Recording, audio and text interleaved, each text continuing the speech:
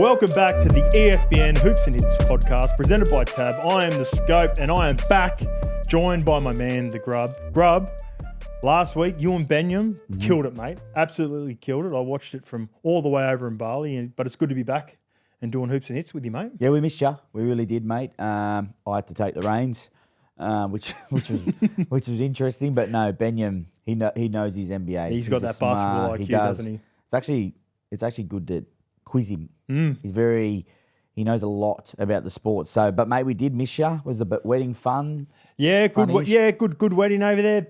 A bit of barley belly, as to be expected. It's wet season. It's quite common over there, but good to see friends, be around friends and family during that time. And as you know, with weddings these days, mate, there's a pre, there's a wedding, and there's a post. There is. So it's a full 3-day event, but I'm ready to go, mate. It's good to be back. And then there's Mexicola. And then there's Mexico. I didn't even get to go to Mexicola this time around, but let's get into the show, mate, because we've got a big one. And being ex-NRL rugby league players ourselves, a little bit different. We're going to be chatting Vegas, but not Vegas NFL or NBA. There was NRL in Vegas for us, so we'll chat about that a little bit after we chat about Deebo. That's probably the biggest news at NFL right now, aside from the draft. Deebo gets traded to the Commanders. That's your division. I want to get your opinion on that. We're going to chat again, staying in your division. Well, my team is not happy with your team and the Tush push. The NFL draft combine is on. Who impressed? What players will go more skilled position players, I reckon. And we'll also discuss if Travis Hunter should play wide receiver or cornerback. Now, we put a post up on our socials about that, and we've got some comments off the back of it as well. The NRL success in Vegas. Luke is starting to heat up in LA. Lakers are looking really good. All of a sudden, LeBron looks like he's 25 again, and he's playing really well. And our favourite sport in the States, Pick Six, UFC, to finish off the show. That's where we do our best work. Big card. Big card. All right, let's kick it off with Left on Red. This one comes from Owls for F49ers. Thank you, Deebo Samuel. Now, Deebo traded to that's nice. I love that. Little bit of a Friday meme there with Deebo taking off on his bike. Deebo is traded to the Commanders. And the question is, we've got a couple questions first. Is Deebo overrated? In your opinion, what's your thoughts on Deebo? No, he's not overrated. I think he's good. I think producer Shabs threw that in there because he probably thinks he is. I don't think. So last year, let's look at the 49ers. McCaffrey wasn't fit. Ayuk wasn't fit. Yep. So Deebo had to be the full guy pretty much. He's a jack of all trades. So he was getting double covered a lot. So I think years prior when they've got those other players there, it takes a little bit of pressure off him. So we've seen the best of Deebo. Yep. But I'm not going to lie, it scares me. Deebo and Daniels in our conference. McLaurin on the outside. I really don't like that because I'm a massive fan of Daniels and they're slowly going to become my most hated team if they want to creep up the ladder towards the Eagles. But I suppose the only thing for Washington, you're going to get a short yardage specialist. He's really good for them, but his injuries. That's the only thing I suppose that they have to worry about. Bringing him over, but look, I also think he's a little bit of a typical wide receiver, bit of a princess if he's not going his way. So if they can deal with that, it only bolsters them. And then for San Fran, they get a valuable draft pick and some cap space. So cap space is huge. I think it's a more of a win for Washington for me. Okay. What do you think? Yeah, I like it. I like players with versatility in any sport. Guys that can play multiple positions. You said when McCaffrey wasn't playing and they needed 3 or 4 yards and a carry, they'd hand him the ball. He's solid. He's not going to burn you on the outside, but he's got nice soft hands in tight spaces that can get you another 6 or 7 yards and a check down if required as well. And then he's hard to tackle. He gets injured a lot because he's often carrying defenders. He's a stocky body. I like him. I think it's good draft capital considering that they are going to take on the cap hit with Deebo, which I think's around maybe top 15 at the position. Yep. Around the 20 to 25 million mark per season for Deebo. I think it was 17 and a half. Does that make about right? Is I thought it might have been a little bit more than that. Yep. But I know definitely it's in the top 15 of wide receivers. Yep. So you take all that into consideration. I thought Jaden Daniels looked really good with guys, journeymen like Zacchaeus, who come over from Falcons the year before and did some of the stuff I reckon they're going to expect Deebo to do. I thought the way De'Ami Brown emerged at the back end of last year, he's another weapon for him. He's that deep threat. Yep. So De'Ami Brown, I think, is coming off contract. If they can get a good number for him, Deebo in the slot, play the sort of hybrid slot receiver tight end role potentially. Yep. And Terry McLaurin out there on the outside Zach Ertz as well. Had a really, really good season. Yep. And Zach Ertz said he wants to come back after a really good playoff season as well. So I like it. And I like it for the 49ers as well because they look like at the back end of the season, if McCaffrey plays, they don't need him for running back anymore. Yep. That's fine. I think the emergence of Pearsall at the end of the year, who was a first-round pick for him after getting shot at the start of the year as well, by the way. Juwan Jennings has been there for a number of years and he's just rock solid. And if Brandon Ayuk comes back from his ACL, then you still got Kittle, who was their best last year. So there's still plenty of options. They get $20 million out of the cap, and they only have to give up a fifth round pack. I mean, only get the fifth round pick for it. It sort of reminds me a little bit of Lamar Jackson. Daniels, he didn't really have a guy, a wide receiver. Blanket. You know what I mean? He didn't really have a safety blanket. But then, Lamar has Flowers, but then now Daniels is going to have Deebo, and that is just going to. Now they've got a guy that can go, you know what, we're going to throw it down to him, and we expect you to catch it every time. So, yeah, a bit scary if you're an Eagles fan. All right, we'll see how that unfolds as well, and there's going to be more moves off the back of it because a wide receiver that I assumed everyone was going to be going after, T. Higgins, he's just recently been franchise tagged by the Bengals, so that's probably going to be ongoing moving forward as well. All right, let's go to the NRL, mate. I talked about this with the Vegas at the start of the episode. This one comes from Aussie Beast Mode. Spoke to a few of the beer salesmen in Allegiant Stadium. They said it's been their greatest night ever in beer sales. One said he sold more beer in 60 minutes of football than an entire Las Vegas Raiders game. Is that something to be proud of from Australia, mate, that we can go over there, take NRL fans into a NFL stadium and drink all the alcohol out of it? Well, not all of it, but as much as they've ever had in 60 minutes? Well, it's in true Aussie spirit. But we can't take full credit. Okay. The Poms. They were there early. They helped. Yeah. And I can definitely say you've been there. Yep. They enjoy, I was just about to say a schooner, a pint. Exactly the same as us. But, yeah, I'm proud of that. Yeah. Absolutely. Well done. Very proud of the Aussies. Whoever went That's the way to represent good stuff. When you want to go even better next year. Even better. But Vegas as a whole, I'm going to start off with a negative.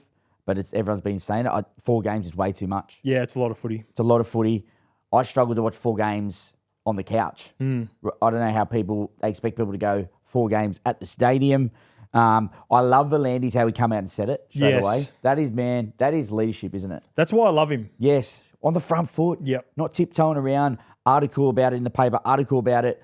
He come out and said, we got it wrong. Yeah. Like for something, not a lot of leaders do that. No. And I just love him for that. He said, so how many games then are we going? 4? Go to 3? I think 3. Yep. Do you think that's the good? I think that's fair. Niche? Yep. You got to keep the English game though. Yeah, you have to. It killed it. Unfortunately for the women right now, as the game continues to grow, I think that was a bit of a dampener. Australia, and credit to Australia and the NRLW for how well they've produced the game over here. They're light years ahead of England at the moment, and pretty much any other team but New Zealand who are a part of the NRLW as well. So if you are to consider a fixture, it has to be Australia and New Zealand, or maybe we just continue to let the women's game build here. Yep. And maybe if it continues to grow and it gets a little bit more competitive, because it's hard with the scheduling with the women's game. It doesn't align as well. Let's go 3 games, remove the women's game for now, and potentially if it's thriving and gets more competitive, maybe we go 2 days, 2-2 split. You got to go. You 100% have to break it up. And I think you got to play the NRL games back to back.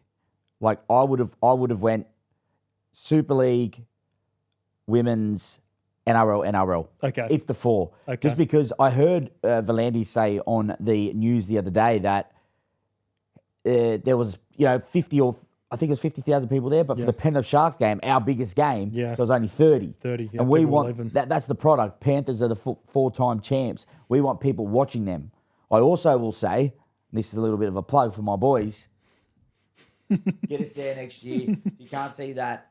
I don't know if you could hear that. Get the Bulldogs there. Get us there. I know Gus was over there. Adam Jerusi, our chairman, was over there. There was a little bit of a cryptic.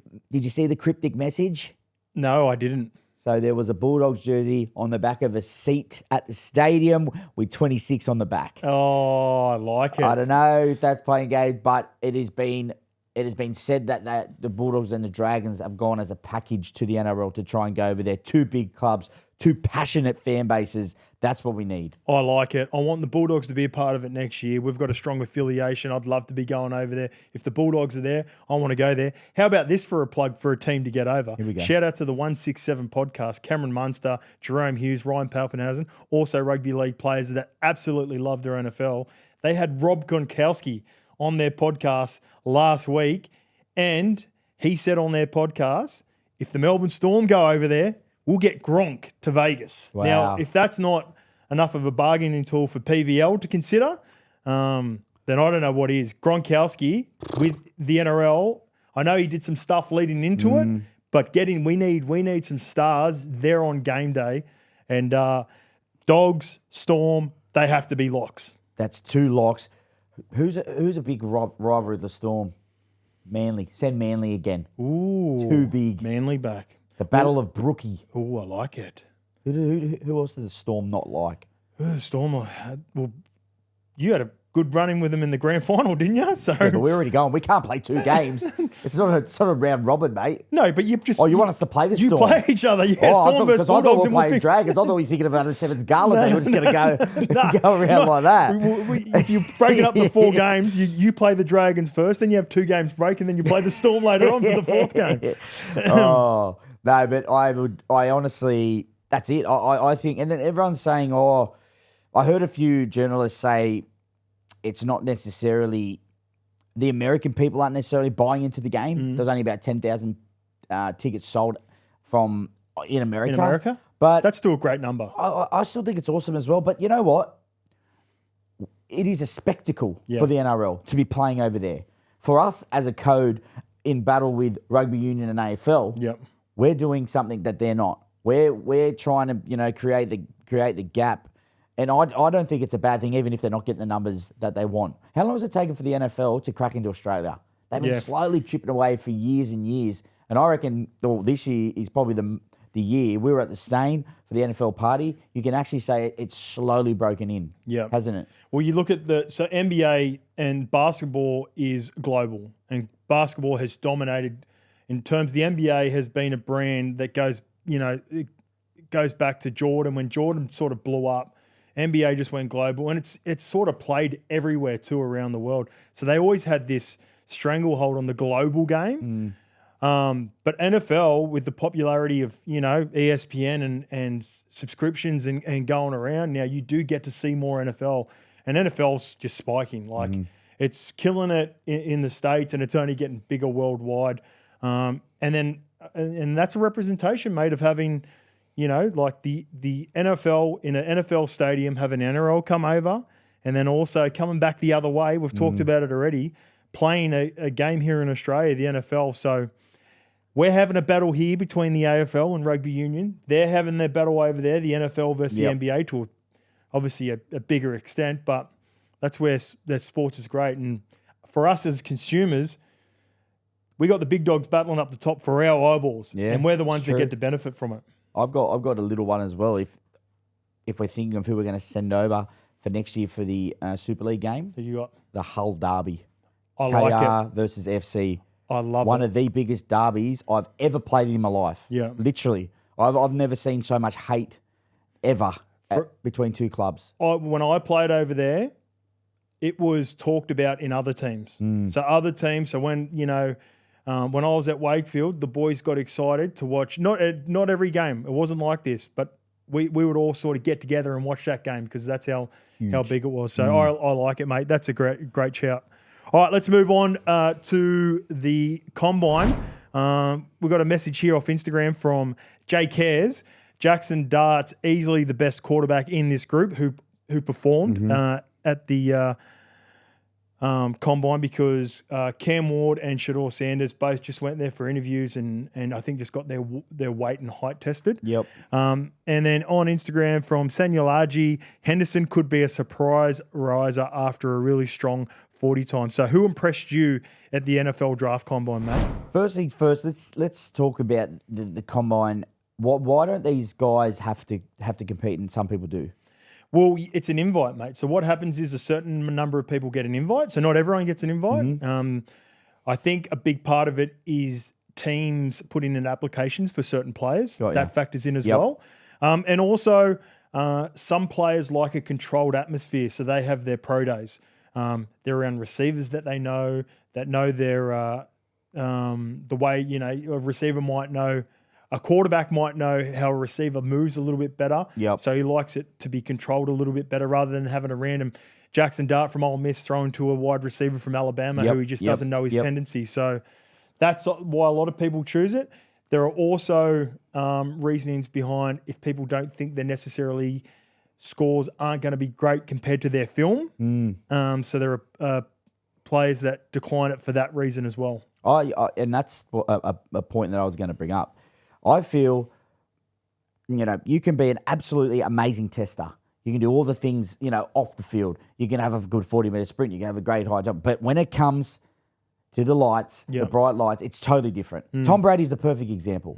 You watch his 40-meter dash, you'd honestly think the bloke is, like, who knows what he's going to do. Undraftable. No, I literally. So for me, I wonder how much the scouts actually look at the talent and say, he's an absolute freak, but is he going to be the guy when we need him in the NFL? I'll give you an example. So a couple of years ago, and I like going to them fantasy guys because that's who I concentrate on. I play a lot of Dynasty, as you know, if you've been watching the show. I look at running backs. Kyron Williams out of Notre Dame a couple of years ago. He was, top 2, top 3 Dynasty running backs. He has a really bad combine. His times were slow. He was heavy. He was undersized. So he ended up dropping in the draft. He ended up being a steal for the Rams. Yeah, okay. He's produced. So it can work like that. It can go the other way, right? It benefits the NFL teams. They want to see it. But the draft stock drops for some players off the back of it. That could be a couple of $1 million, Grub. When you think about that. He might have been drafted in the 2nd, 3rd round. He ends up going around the 4th or 5th, which ends up losing him a couple of $1 million over 4 years. What's your thoughts, Hoz, on, it's all great, and as you just said, they obviously take a lot out of these combines. What about personality wise? What if there's an absolute freak, but he doesn't fit in with your club? Are the clubs, franchises doing that type of testing as well when it gets to that stage? How do you know? A guy could be, it's like a date. First date, that's how you got Jalen Carter. Oh, that's what I'm saying. That's how you got Jalen Carter. That's what I'm saying. He's the best guy in the draft for the year before that, the year after that. Absolute freak. Everyone knew it, but there was character concerns. So he ends up dropping in the draft. Harry Roseman takes a punt on him. He thinks he's got strong leadership. At the Philadelphia Eagles, Fletcher Cox was still on the roster at the time. Jason Kelsey was still on the roster at the time. Let's bring him in. Trust our people. Trust our organization. Trust our franchise. And we'll bring the best out of him. And you got a Super Bowl out of it because he was by far the most important defensive player on your team in the Super Bowl run. Isn't it amazing, though? Like, you can go through all these tests and 40, 50, but some guys just don't want to take a punt on you because they've heard. Some coaches go, nah. Doesn't fit into our system. Well, you think about this too, right? Like if you're going to give Jalen Carter the benefit of the doubt, how were you at 18, 19, 20 years old in a college? We didn't even have a college system, right? So we come straight out of high school. I was a rat bag. Absolutely. Like, I was a rat bag 3 years ago. You know what I mean? Still are now. You continue to grow. You continue to mature. Yep. And if you are a strong franchise and you believe in what you're building, you're probably going to take chances on players more often than not. And that's what Harry Roseman did with Carter. And there have been other great examples of that over the years as well. And that's where, an NRL reference, Wayne Bennett can get the best out of players that other coaches might go, mate, no way. Absolutely no way. But then it comes to, well, how good of a people person are you? You might know the X's and O's and all this stuff, but how good, if you can get the best out of a Carter, you're going to win a Super Bowl. Would imagine, so here's another example, going on the flip side. Imagine if Jalen Carter went in the top 5, 6, 7 to, say, a team like the Las Vegas Raiders.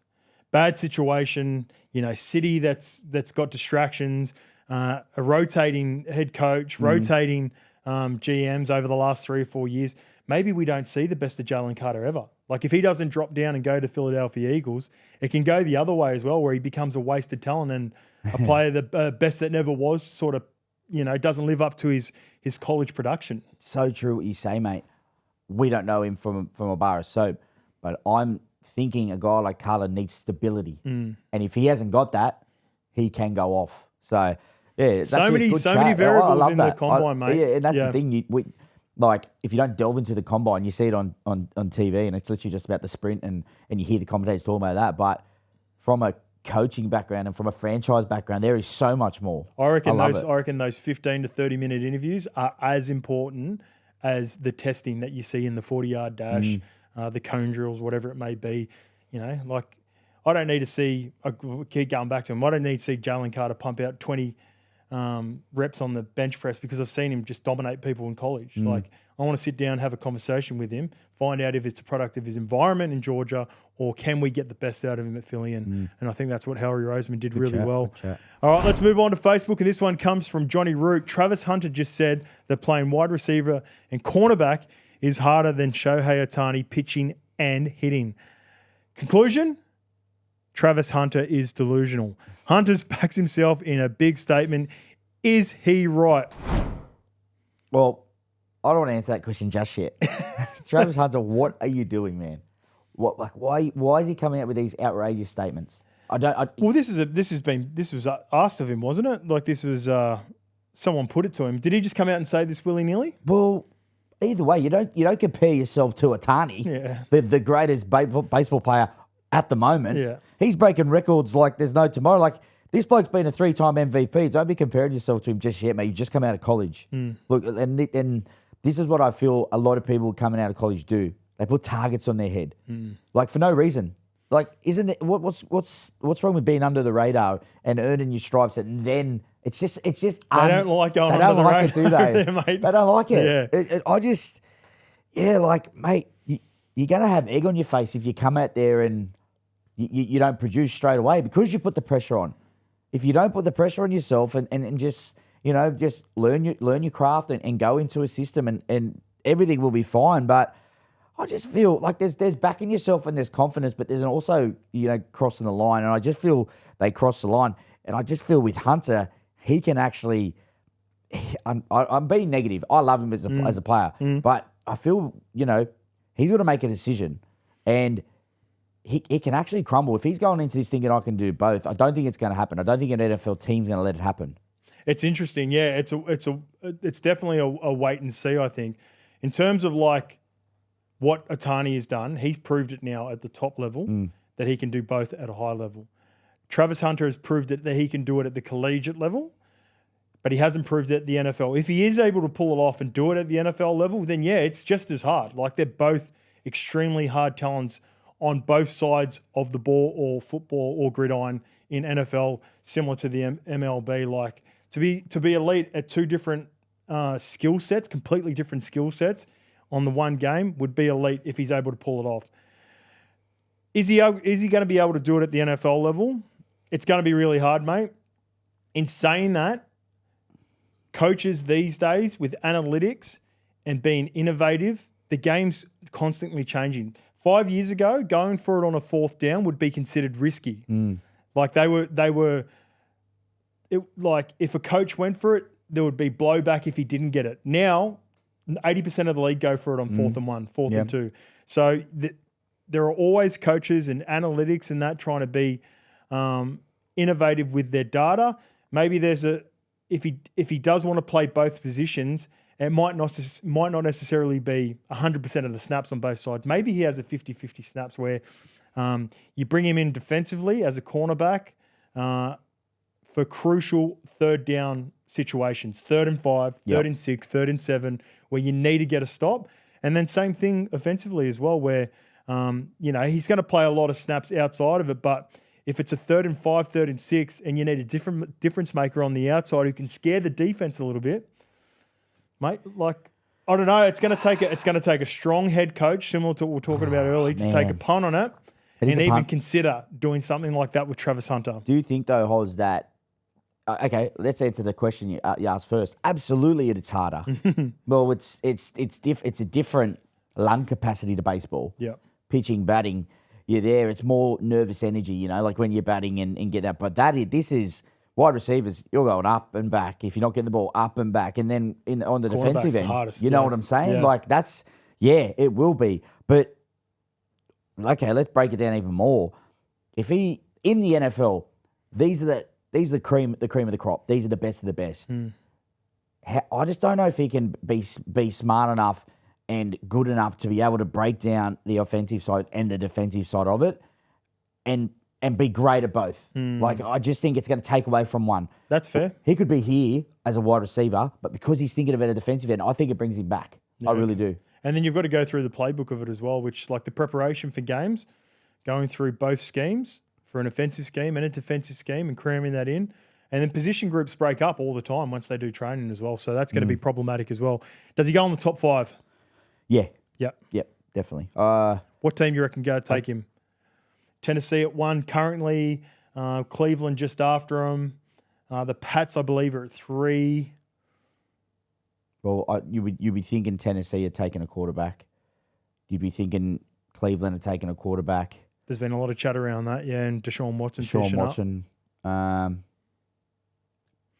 wonder what Vrabel would be like at the Patriots, whether he was a bit of a hybrid himself. He caught a few touchdown passes, Vrabel. He could be a Patriot. Yeah. What about a Giant? There's been whispered of the Giants, hasn't there? We'll see. It's good. It's intriguing. It's exciting. It's going to play out even more so. There's more testing. There's more interviews to go. Yep. So we'll delve into it a little bit more as we go.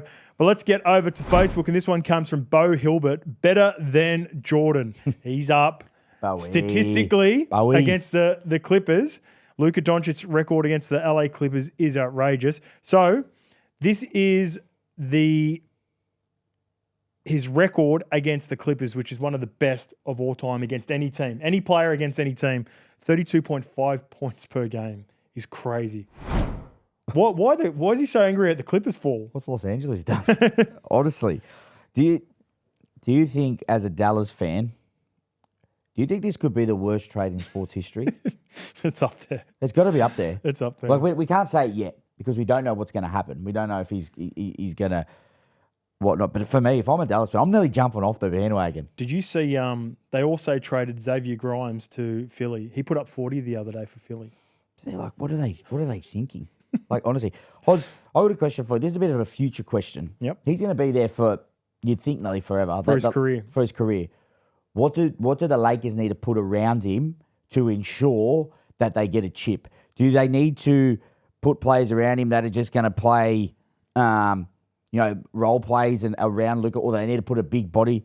Who do they need in the next 1, 2, or 3 years to be a threat? They're at the moment, they've actually come into, I think, $13 on tab I've seen today, 4th favourite. Wow. So that's they're getting there, but what do they need to compete with Celtics? Mate, I really think, though, that one last piece, I don't know what happened with the physical. People, not a lot of people were familiar with him, but I reckon Mark Williams from the Hornets, who they end up failing his physical, I reckon he would have been a nice piece with him. Considering the way that LeBron's looking right now, and you know I'm the LeBron hater of doom, but you can tell that LeBron genuinely thinks he's got another window. It might not be this year. He's not getting any younger, and he's probably only got a couple of years left. So he's going all out in this year, and that's dangerous to think that. Mate, he's doing it at both sides. He's got so much energy, even on the defensive side of the ball. He's sprinting the court. Like, Luke is throwing a few touchdown passes to him from rebounding and throwing it right under the rim. So LeBron's super energized. He's obviously a key. And then another, look, it's very hard. Free agency trade, whether they figure out another player. But he did go really well at times with a guy like Kyrie. So maybe potentially another shooter. Yep. But like, it could, because you got LeBron, not much. They don't need that much more. Away from the LeBron era's gone. You think he needs like a good point guard? If he loses LeBron, yeah, definitely a guy who can handle the ball and take some pressure off him, because Before Kyrie got there, it did look like he was fatiguing. He was getting ISO'd a lot, and then you just need a second option, like genuine second option for him. But they're looking good, mate. They're going to be thereabouts, and like I said, keep going back to it. LeBron's only got a couple of years left, and he's chasing Jordan. He's chasing those championships. That's the reason he keeps hanging around for so long, to try to get the big man. So if he gets one now at 41, 42, 43. Yep. Michael Jordan still. Yep. Yeah. Okay. I just like asking you. All right, let's get to the stalemate. This is my team against your team. Oh, man. And we put it to Instagram. We put it to our followers, and we got this from Instagram, and this comes from Josh White. Yeah, ban a play that one team is elite and the rest have no idea or players to run it themselves. Just bitter teams that are jealous they didn't come up with it. Is Josh White, is that your middle name, Josh White Reynolds? The second one comes from Insta, and it's from Zwiz Mark. Teams better start measuring that quarterback squat, because Jalen Hurts can back squat with the best of them.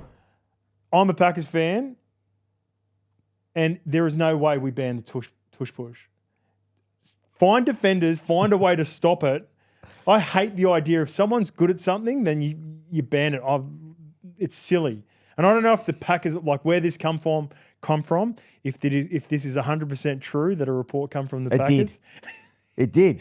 But Mark Murphy, he said there's no skill involved. Well, if there's no skill involved, then stop it. We'll do it ourselves. Stop it. Yeah. Well, that's the thing, right? So the Eagles and Buffalo have got an 87% strike rate when they've done it. Yep. And the rest of the competition have got a 71. So they're still at a good strike rate. Yeah. You just got to get a little bit better. Yeah, get better. You know what? I just had a daughter recently. And you know what? I told her, do not ever be a dibby dobber. The Packers are dibby dobbers. They're dibby dobbers. They're going to the league. Oh, we can't stop it, so let's get rid of it. Yeah. I couldn't believe that when He chucks the grub or no grub. Yeah, we haven't done it. I'm giving my own Packers. That's a grub act from Murphy, my man. Yeah. Do not represent our Packers like that. Get big Kenny Clark. Get our Edger and Cooper. Line up. Get to the line of scrimmage and stop it. Or get Jordan Love and start practicing it in the off season, and we can start doing it back to him. Yeah, exactly. You know what people are saying? Other fans, it's boring. But you know what's not boring? Winning rings. Do you think the Melbourne Storm, when they were playing so-called boring footy, wrestling on the floor, kicking the corners, winning comps, we don't care. They didn't care. People, it's not changing. So yeah, adapt or keep sooking. I like it. I'm with you on that. I think it's quite obvious. Find out a way to stop it or figure out how to do it yourself. On a serious note, though, the question is, it's been, so a couple of years ago, I read an article that they were saying that the tush push and the hip drop are in the same, sentence. What? They were. They literally said they were going to ban both of them. Yep. Totally different. Yeah, totally different. Totally different. But look, yeah, if the player welfare, if there is injuries that have come off the tush pushes and you are showing that, maybe there is. I haven't seen one. Well, apparently there is. Oh, has there That's been? what a couple of the coaches have said this year. But percentage-wise, however many tush pushes there was, there would not be a certain amount of injuries to say, no, we have to ban them. I've watched pretty much every Eagles game, a lot of the Eagles games this year. I've watched a number of tush pushes. I haven't blatantly seen an injury in any of the games that I've watched over the last couple of years. So that's a surprising, even just stat to say that there were a couple. But that, again, that's maybe just the GMs and the coaches trying to push it to get rid of it. All right, let's get to it, mate. I mentioned it at the start. Sorry, actually, we come up with an idea upstairs. Yeah? What was it again? Oh, no, this is your idea. I'll give you give him credit for it. So we're going to go, we'll give it to Shabs. I think it was more Shabs, yeah. So we said, why do the quarterbacks have to do it? Yep. Why don't we go running backs? If you're worried about your quarterbacks getting injured, so the prime example was Lamar Jackson lets Andrews do it for the Ravens. Yep. If you don't have a quarterback that can squat 250 kilos or 500 pounds or whatever he does, Jalen Hurts, then put in your little stocky running back or your fullback and get him to do it and chuck your second string running back in behind. Like we've got AJ Dillon, the quadzilla they call him. Chuck him, get him in. Well, he was injured last year. Chuck him in. He does the tush push. Get little stocky Josh Jacobs in behind him as well. pushing him. Tucker Kraft, our tight end, you don't need your quarterback to do it. Although, in saying that, it completely rules out any pass. Yeah, that's true. So then all the defenders but they completely still do come it up. anyway. Maybe everyone knows Hurts isn't going to pass it. Well, yeah, but there you go. You know what? Talking about the NFL breaking into Australia, we've got a new play for you in the NFL. There you go. Copyright. All right, let's get to the Pick 6 presented by Tab. And this is the UFC 313 preview. I know you love this stuff. And Pereira is back, Grub. Who do you like on the fight card? I'm going to go through here. We've got Pereira versus Ankalaev. I'm going to go Pereira on this one. Okay. He's the favourite in this, and I just think he's due. All right, Gaethje versus Fiziev. I'm going to go Fiziev. Okay. He's short, yeah. Gaethje's, I don't know if he's been in a couple of big fights recently that's the what last I mean. couple of years. He looks a bit weary for me at the moment. So yeah, Fiziev. Turner versus Bahamondes. For this one, it's very, very close in the market, but I'm going to go Jalen Turner. Okay. I'm a big fan of him. Big fan of all Jalens in any sport. Oh, I like it. I like that? it. Lemos versus Lucinda. Lucindo. She's very good at the Taekwondo, so I'm going Lucindo. She's like it. Very, very Green Bay Packers versus Roofy. good. Or Ruffy. Ruffy. Bulldogs. They're Let's go. That's they're very, very short. Ruffy's very, very short. He should take care of the Green Meister. All right. For free and confidential support, visit gamblinghelp.org.au. What's gambling really costing you? For free and confidential support, call the number on the screen or visit the website. All right, Grub, that is it for another episode of Hoops and Hits. Mate, a bit of NRL in Vegas chat, but the NFL Combine was on. Free agency's about to hit us soon.